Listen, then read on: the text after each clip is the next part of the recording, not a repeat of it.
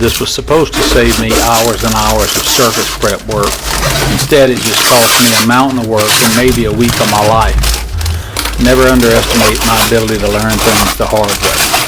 So I screwed up the Peel Ply on the cockpit floor and walls, and instead of a smooth finish, I'm left with these massive resin ridges that are hard as a rock. Now I have to sand all this back just to get to a flat surface. I mean, it's a costly mistake, but I'm going to own it and show exactly how I'm going to fix it. It's not all bad news. I finally dialed in the Shop-Vac hack using a wireless switch that I'm going to show you. And today we're sanding, we're hacking the tools, and we're finally getting the fairing compound down to make this cockpit look like it was meant to. That's what it looks like. But this is what it looks like when I hit it with the sander. I don't know if you can see all the little holes. And that's just resin that's up on top of the glass. So I don't think that's good. So I'm going to go ahead and hit it.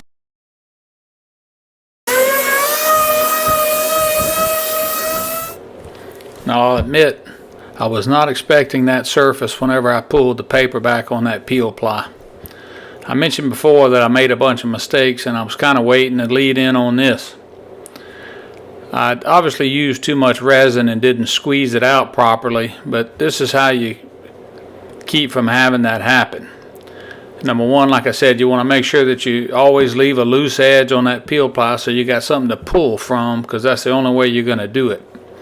And after you put that on the surface, you want to make sure you take a squeegee or a fin roller or something and make sure you push all that air out and push any excess resin out. I have used Peel Ply since then, and it seems to be the solution. And I can't see real good right here, but while I'm sanding, you may wonder, what is this hanging on? Well, this is actually a remote for the outlet to my Shop-Vac. So when I hit the button, the Shop-Vac comes on my sander. So I don't have to have that thing running when I'm changing paper or whatever. Pro tip number 475.6. I'm going to sand through here, and you can see how it just, all those little air bubbles just kind of pop up. They're not very deep. I mean, they're not very deep at all. But I just want to go ahead and knock them out. So, hit my button.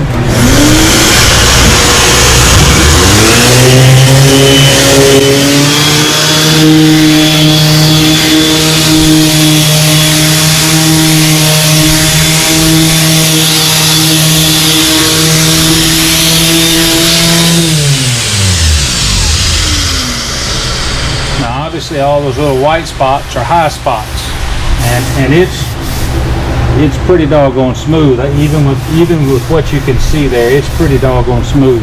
There's a lot of texture right here. You can feel a lot of texture in that weave. None of that's right here. It's certainly for these flat areas, especially on the top side where we're going to get fair. I certainly wish I'd have used this on the bottom. So I'm gonna finish up here.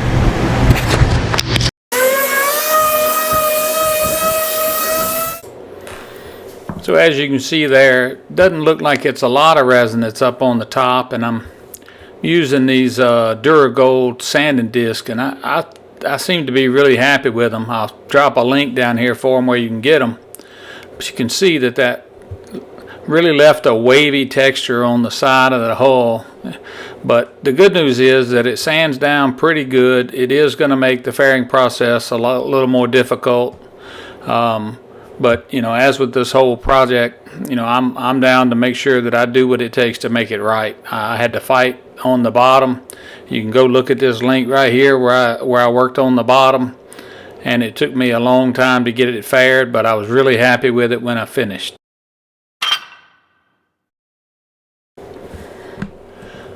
So after I did most of the sanding with the sander there, I got in with just a little sanding sponge with some paper, and I had to get in all those corners where I'd pull those fillets, and you see how it goes up the sides of the hole. You want to make sure before you do any bonding that you prepare your surface, and then I jump in there with my vacuum and get everything cleaned up.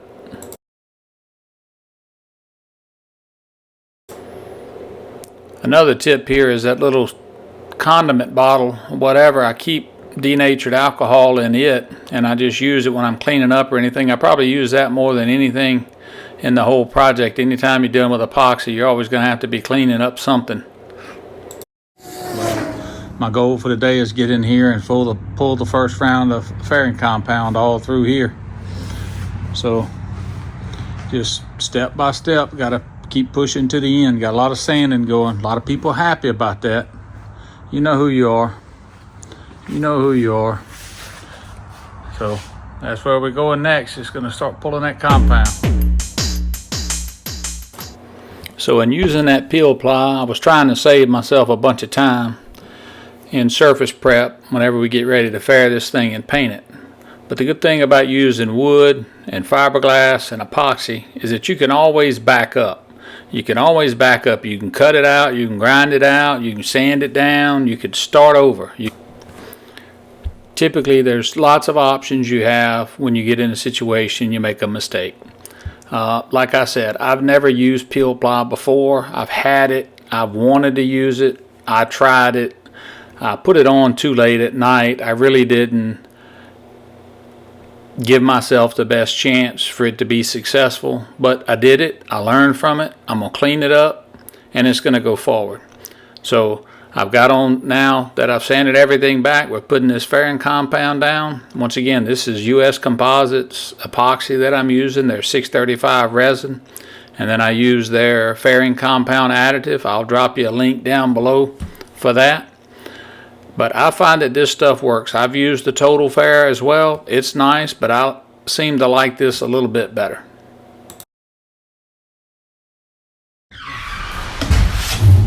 You see, I just grab enough on my little lip right there. Real flat. Okay, you can see I can't get very far until I bottom out. And then I increase the angle. Increase the angle from being flat to being steeper, and it's going to scrape off more of that compound.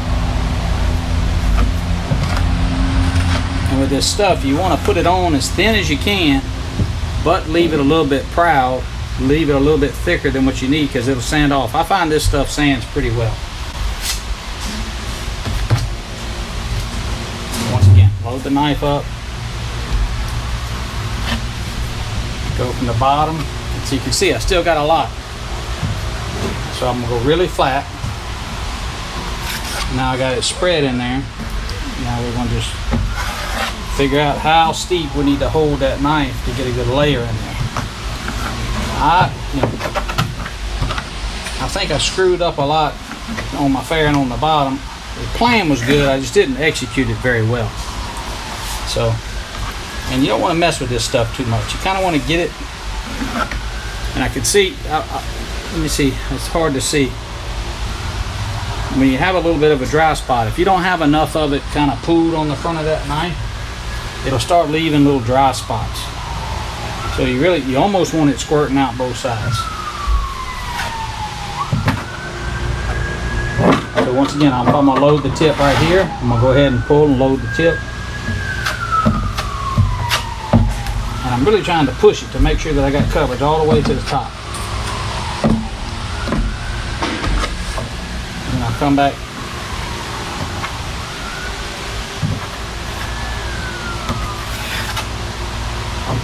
You can almost see like where it leaves a little dry, that's going to leave a hole when you go to sand this, that's going to be a hole. So you want to try and,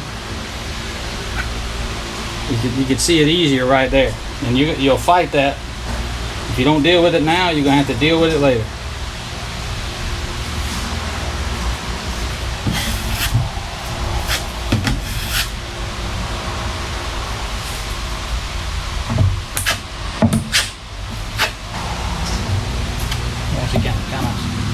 Squeeze it up there at the top.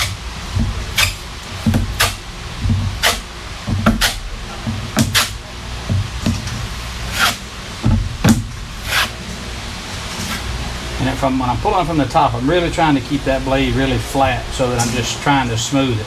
Because the steeper you get with it, see like right here, if I get steep with it, I basically just wiped all of that off. Which is, it's not terrible, and you can see I got it all stuck on the blade here. So now I'm going to spread it out here and put it back on the tip. So now I just moved it back to the tip.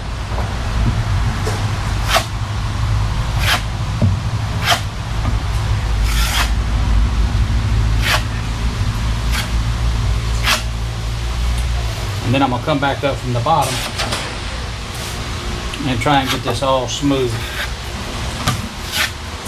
You can see that's when you don't really have enough, or you get little stuff like this in here.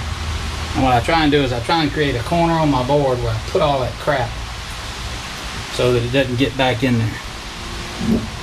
Another piece there, another piece there, another piece there.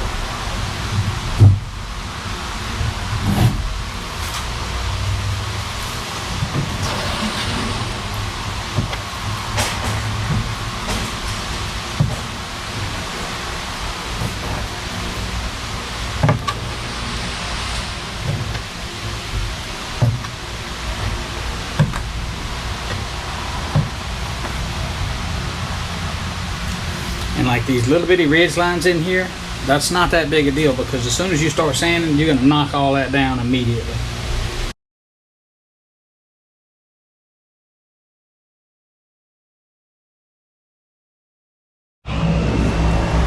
All right, let me try and show something here.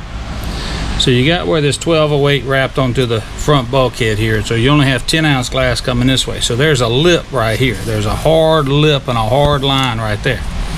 So what you're going to see me do is I'm going to try and span that knife. I'm trying to take this knife and I'm going to try and show this pretty, but we know this is the high side and this is the low side, so we got to try and fill this gap in here. So what I'm going to try and do is I'm going to try and pull a layer of putty in here and build this little section here up.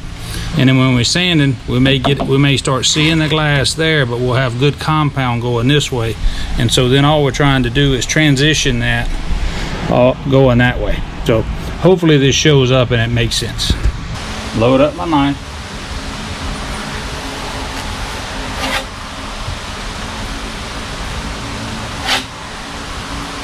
Okay, and that's a little spot that's like a dry spot, because I didn't have enough on my knife as I was pulling through there, and so it starts kind of getting, I'm calling it dry, it's just there's not enough putty to fill that and make it smooth. It's not, I'm not rolling a constant volume, but if you leave those kind of things in there, they're just going to be a hole you're going to have to come back and refill later. So I'm going to reload, and I'm putting some pressure, like I'm pushing against it, trying to make sure that I feel that little void right there. But I want to make sure that I span that space. So I don't want to come at it this way and then hit that lip, because all I'm going to do is highlight where that lip is. And now I don't really want to mess with that section. I'm going to try and just get this little bit right here.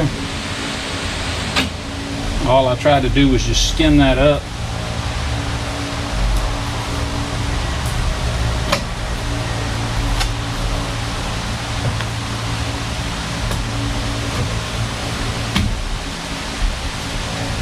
And now I'm trying to let my knife not dig any putty out of there. I want that to just kind of float over the top of it.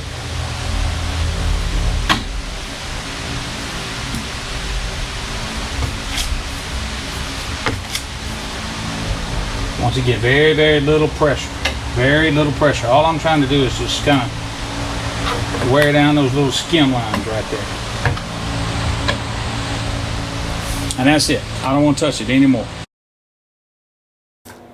I've done a lot of describing that process and showing it. We're going to come back and look at this when we get down to fairing it and just kind of show you how it worked out. And now remember, along this edge is right in here is where there's a big transition of that 1208 coming on the floor. And also we're trying to fix that Peel Ply situation, and then you'll see that change in color there is where we didn't use any Peel Ply. It was just that 10-ounce woven. And right here I'm having to put it on a little bit thick because there's a lot of transitions right in here. So you'll see how it all works out in the end. It's gonna add some work, but ultimately it's gonna all be made right. Give you a little heads up, that portion right there behind me in the middle, you'll see when that fairing compound goes on that comes out to be the smoothest part of the whole cockpit. So you'll see that coming up here in a little while.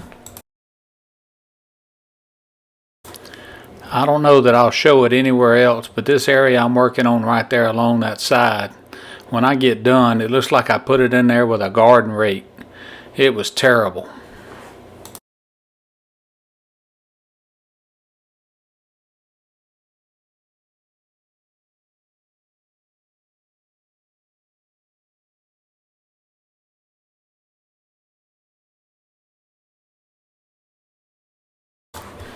Okay, so right here coming up, you're going to see where my knees are is what I'm calling the smoothest part of the cockpit. And what you're going to see is a lot of shine, a very glossy finish on that fairing compound. And it may be because I actually mixed up this batch of fairing compound a little thinner. They say the thicker you make it, the easier it is to sand, but it seems like the thinner it was, the better it flowed and the easier it laid down.